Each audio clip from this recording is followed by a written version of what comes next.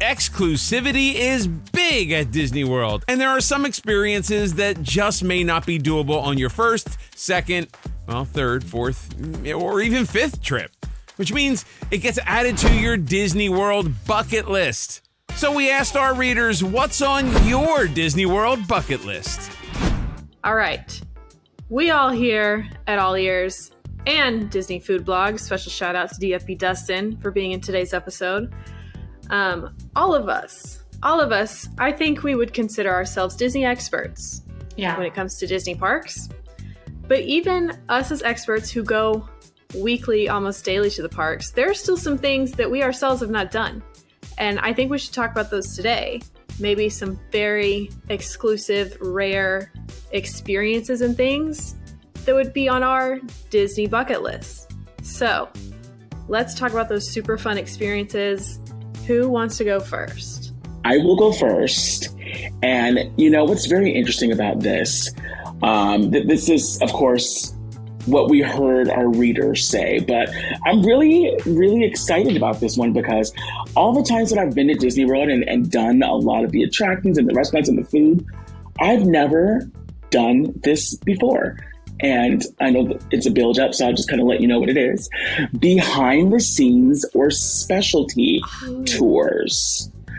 And what's, for those who don't know, there are many specialty tours and behind the scenes tours at Walt Disney World. You'd be surprised how many people like me don't really know about them, or you heard about them but have never really experienced them. And there's all kinds of different experiences that you can have. These special tours can be anywhere, inside, outside of the parks, and anything. Backstage secrets to VIP wildlife experiences, or tours of the utilidors in Magic Kingdom. There's really, really exciting things that you can do. And our reader, Jason Z, totally agrees. He said that he loves some sort of backstage experience would be his bucket list item. And I can understand why.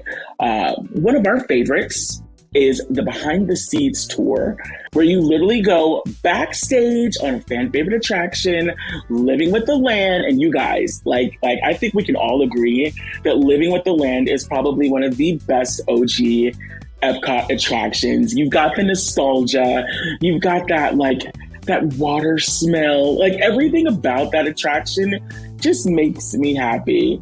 You'll visit 4 greenhouses plus a fish farm in the Land Pavilion during this 1-hour tour, encountering insects, fish, and plants along the way.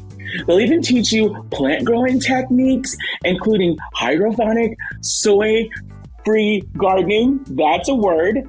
And you'll get a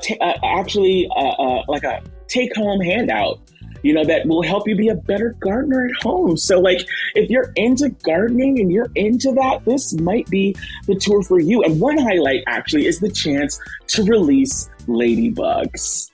I just feel like that would be so magical. That's like releasing doves, but you're releasing ladybugs, and ladybugs are good luck. I have ladybug really colors on today, by the way. Now this tour happens throughout the day and is approximately $35 per person. So that's a really good deal for a Disney tour, you guys. I mean, you're encouraged to book quickly because everyone wants to get that deal. So of course it fills up quickly. What do you guys think about this tour? Have any of you guys done it before? Would you do it? I have actually done behind the scenes before. I did it before I even worked with AllEars. My brother and I were in Epcot and we happened to have extra time, and we walked past the desk and we were like, a behind the scenes tour for that price? Say less. And then we were in there immediately because that was the only reason. We like Living with the Land like everybody else does, but we're not plant enthusiasts. And this tour was so much fun. It was the perfect length, to just kind of add into the day without being some of the backstage tours are literally 8 hours long.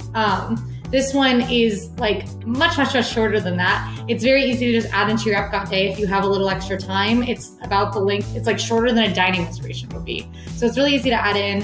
Back when I did it, you did get to they would let you sample cucumbers that were grown in the Land greenhouses, and they no longer do that. However, if you eat at a lot of the restaurants in Epcot, you are sampling that land produce, which is awesome. So that could be like a fun thing to do, is to do the tour and then go get like lunch at Garden Grill, meet and hug Farmer Mickey. Yeah, I think it's just cool just because it's Disney and it's educational at the same time while you're having fun, and you like learn so much stuff that you would never even think about in general life, or even think about plants or food. And I think just being able to see that what they do there is, like you said, Quincy, it's stuff that you literally walk out those doors and then you go eat everything they just did. So being sustainable inside the parks is amazing, and you get to see how it happens for $35. Like how that's insane. You're literally walking on a ride. Like you're walking on a ride set. Monica B thinks that the Keys to the Kingdom tour and staying at a monorail resort is the way to go. And listen, we completely agree with you. The Keys to the Kingdom tour is located in Magic Kingdom, and it is a behind-the-scenes tour and access of some of Walt Disney World's hidden gems. The tour highlights include behind-the-scenes access to the famous, but only seen by cast members, utilidors, which are located underneath Magic Kingdom. They're the secret tunnels, you guys. I'm sure you've seen those, Fry. I have. A couple times. See, listen, only a few people have seen them, but if you go on this tour in Magic Kingdom, you can see that, learn about hidden Mickeys, secret of attractions, and information even about Walt Disney himself. Now, lunch is included on this tour, and a special commemorative gift that says that you were here. The cost is a little bit more pricier, though. This one is $114 per person, but it was the most submitted by our readers. Because this tour does go backstage, it does ruin some of the magic, you might say. There is an age limit. You have to be at least 16 to do this tour.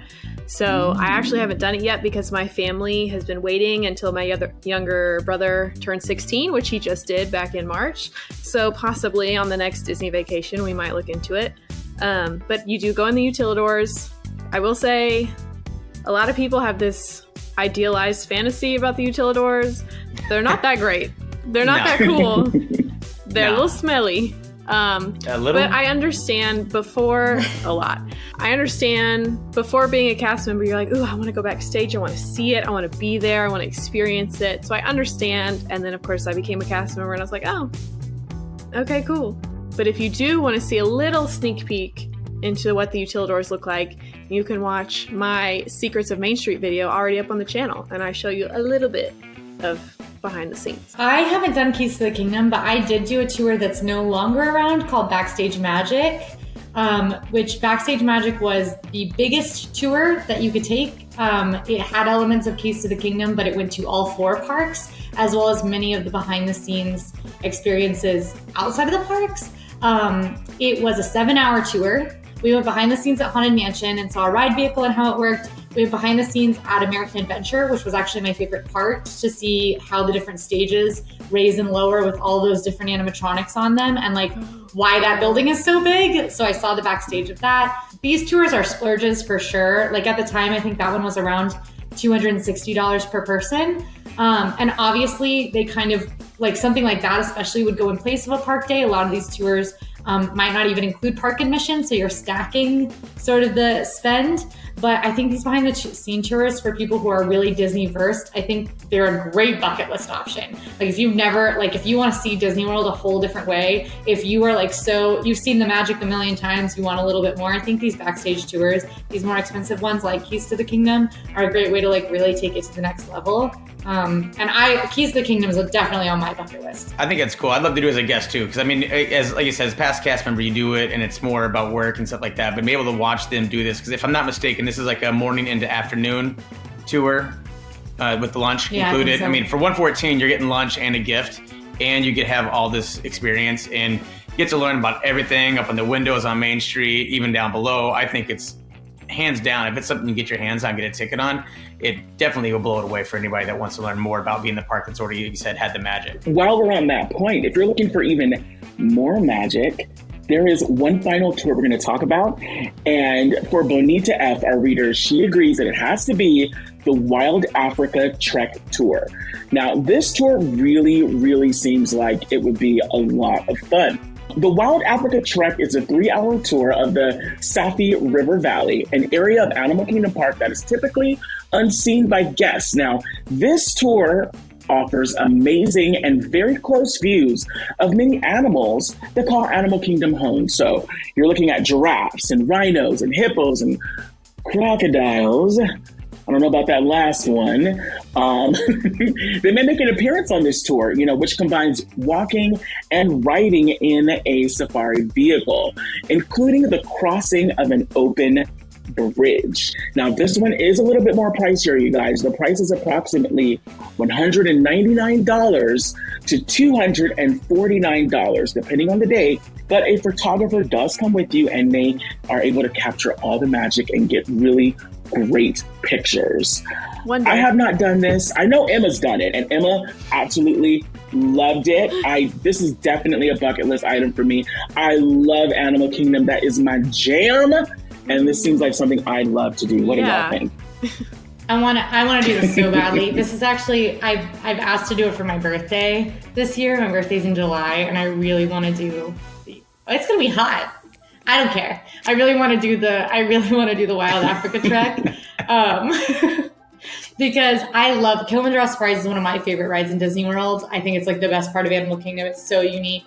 And like, I want to do this so badly. Also, I'm linked to Emma on my Disney Experience. I probably saw them too. I saw all of Emma's pictures with her husband on this Wild Africa Trek. They were so cute, their pictures, because it was right after their wedding, so it was very like adorable.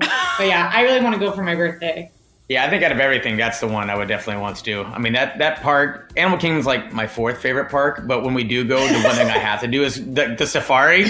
So, I mean, that is like the reason why I would want to go. I want to go do that and be there for that, and that would maybe bump it up a little bit, but safari is always the go-to. Like, it doesn't matter what time of day, jump on that, see all animals, be able to get up close with that and see it in a different perspective. And again, to go and have food along with this pricing and stuff like that and being all in it, that would be amazing. Like, this is, Kings of the Kingdom, cool, kind of done it, but it'd be neat.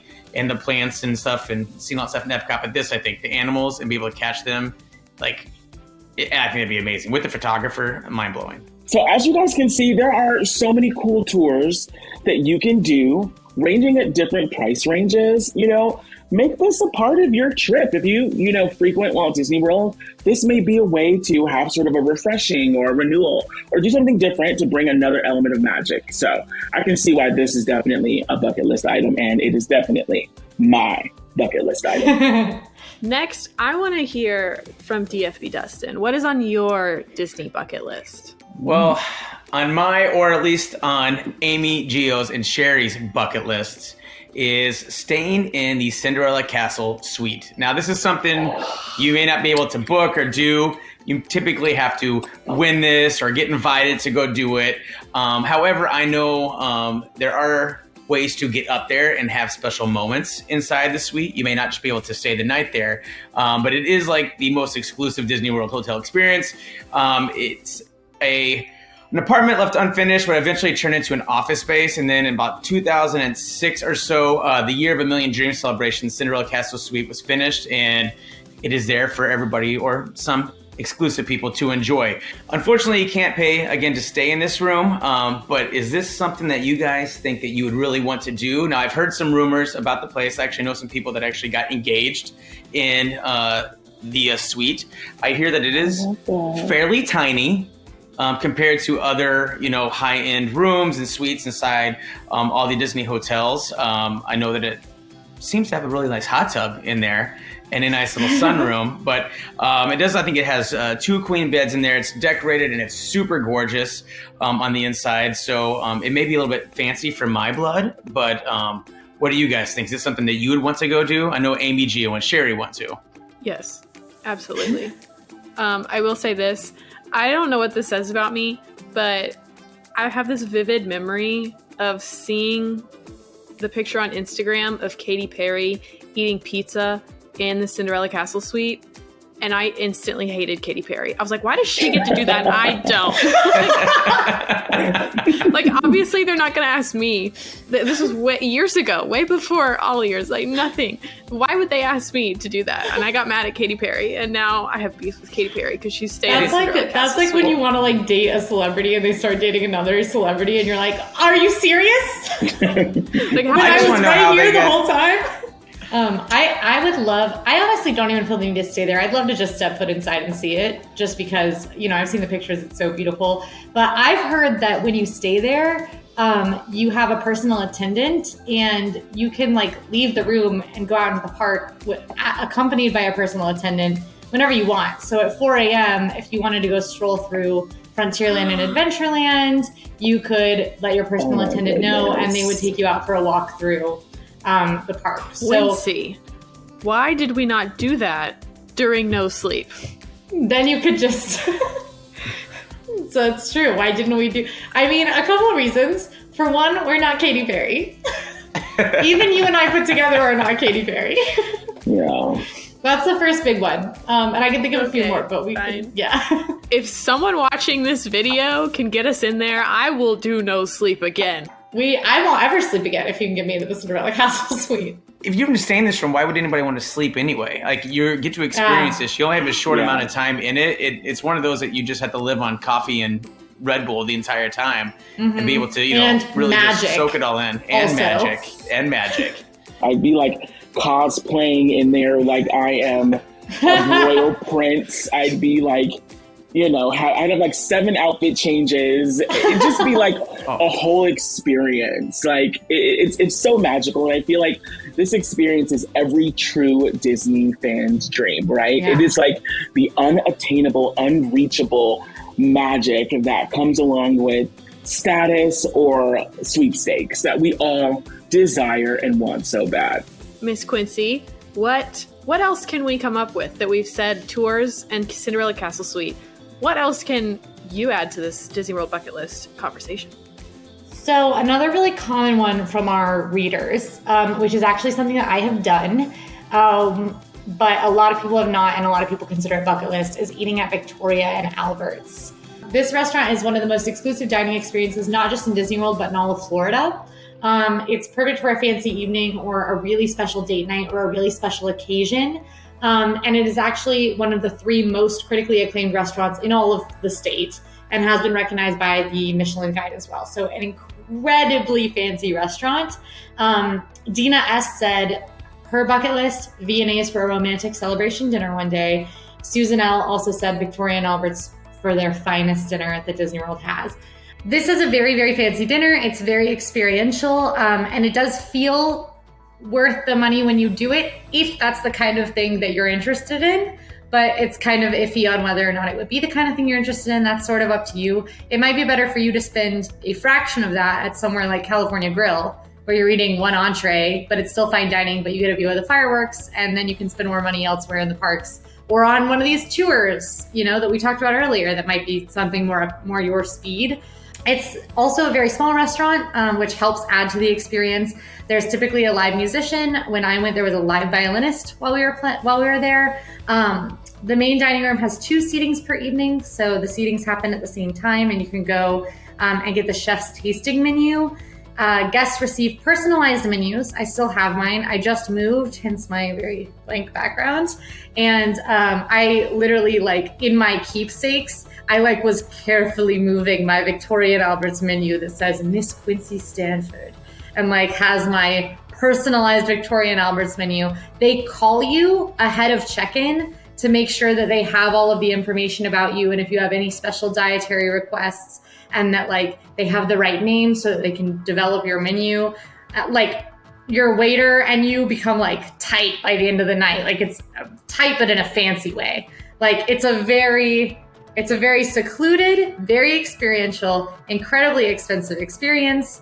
And it can actually get even more exclusive and even more expensive because there's an upcharged option at Victoria and Albert's. Ruda says that on their bucket list is the chef's table at Victoria and Albert's. This is an ultra exclusive 3-hour dining experience where your party is seated in the kitchen while the chefs cook. And the chefs, some of the best chefs in the state, interact with you while they're at the chef's table. While you're at the chef's table, you have your very own degustation menu that features a lot of very fresh and very rare ingredients, depending on the party's taste. There's only 1 seating available per night. It's for parties of up to 6 guests with a minimum of 4, and bookings have to be made as close to 60 days ahead as possible. And just like with the regular dining room, you can add wine pairings for an extra cost. This experience is incredibly exclusive. I have, like, our friend AJ at Disney Food Blog has done this before and talks about it. It's definitely something for people who are food enthusiasts. Like, if you like fine dining, you want a fine dining experience, you're going to be happy in the dining room. They also have the Queen Victoria room, which is a slightly lengthier menu, but it's still sort of that fine dining experience. The chef's table, you're going to speak to chefs, see them cook, learn about food. The chefs might hand you something that they just cooked for you to try while you're in there. Like, it is for, if you're out here watching The Bear or Chef's Table, any of those shows. I'm a big Chopped fan. I feel like I need to go to the Chef's Table. I also like diners, drive-ins, and dives, but that's kind of a different vibe. That's different. A little bit. The experience in general, though, the knowledge that staff has, worth paying for, in my opinion, and I would save up to do it again. That said, it wasn't my favorite fine dining experience that I've ever had in Disney World. I enjoyed Takumite more. So we actually have videos reviewing all of the multi-$100 fine dining experiences in Disney World. So if you are looking at something for a special occasion, you can check out our reviews of Takumite, Monsieur Paul, Victoria and Albert's, all of those, as well as some of the less expensive ones like California Grill over on the channel right now, and sort of get an idea of what might be most up your alley, because it really does depend on you. And when you're spending that much money, it's important.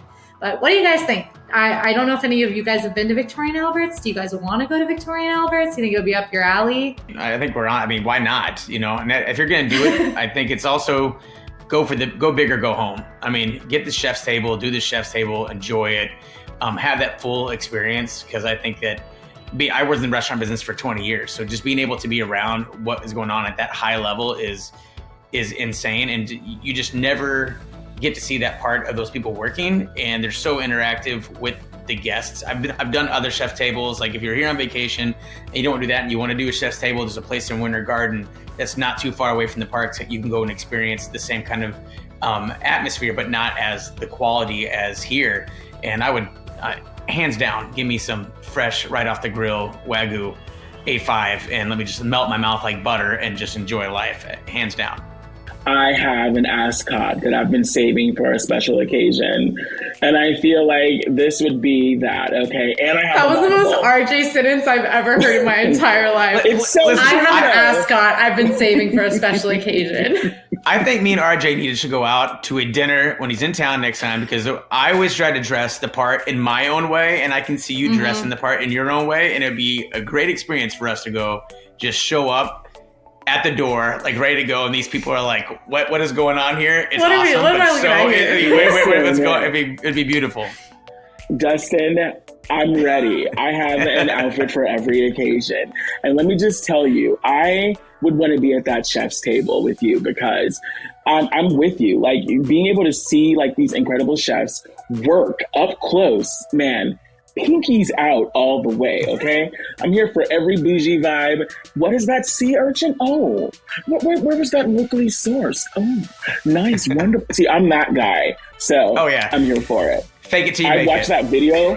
I've watched that video of you and Quincy and Breedlove like 5 times. I'm responsible for some of those views, just so you know. I will say that for me personally, I'm not quite convinced that I want to go to Victoria and Albert's yet, because it scares me a little. I don't know that much about fancy food. I would feel so out of place, and I feel like a lot of people going to Disney World for their vacation are in that boat where they're not really interested. They might feel it out of place. So I need to take baby steps. I need to go to the other fine dining first before I make my way to Victoria and Albert's.